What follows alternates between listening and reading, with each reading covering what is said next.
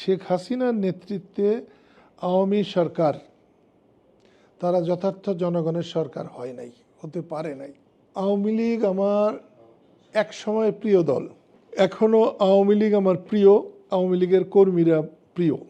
1000 ভোটে আপনি 20টা ভোট চুরি করেছেন, মানানসই।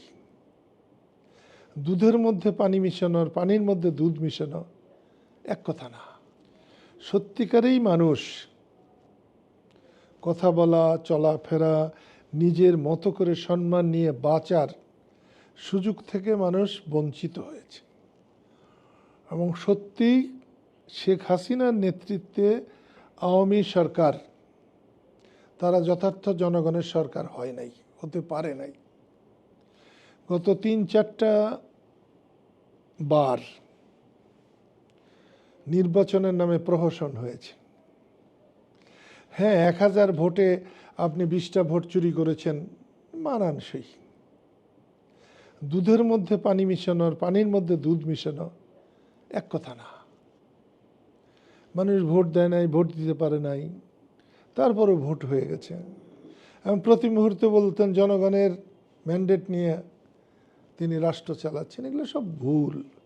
এবং সেখান থেকে অবশ্যই তারা মুক্তি পেয়েছে। কিন্তু স্বাধীনতা, দ্বিতীয় স্বাধীনতা, এটা আবেগে বলছেন, কিন্তু এটা যথার্থ না। কিন্তু আমি এটা বলবো, সবসময় বিদেশি শক্তির হাত থাকে।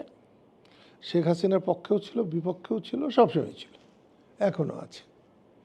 কিন্তু তার উৎখাত কোনো বিদেশির জন্য হয়নি। উৎখাত হয়েছে একটা গণজাগরণের মধ্য দিয়ে, মানুষের বিক্ষোভের মধ্য দিয়ে, এবং বিক্ষোভের প্রতিফলনই ঘটেছে। আওয়ামী লীগ আমার এক সময় প্রিয় দল, এখনও আওয়ামী লীগ আমার প্রিয়, আওয়ামী লীগের কর্মীরা প্রিয়। আওয়ামী লীগের নেতৃত্বের মধ্যে কুলসতা আছে, কিছু নেতৃত্বের মধ্যে, এবং মানুষ বিপদে পড়লেই বন্ধুর খোঁজ করে। তো আমার সঙ্গে যোগাযোগ করবে না তো কার সঙ্গে করবে? যখন থেকে শুরু হয়েছে তখন থেকেই যোগাযোগ করছে। আপনাদের এখানে সামনে না বসলে, আমি আড়ালে থাকলেই আমি অনেকগুলো ফোন পেতাম, এখনও ফোন আসতেছে। বাংলাদেশ 18 কোটি মানুষের দেশ বাংলাদেশ। এবং আওয়ামী লীগের নেতা নেত্রীরা ডাকলে বা তারাই আমাকে বলবেন শুধু,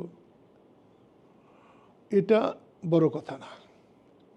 আমার অন্তর, আত্মা, বিবেক কি বলছে, আমি আমার বিবেকের নির্দেশে চলি।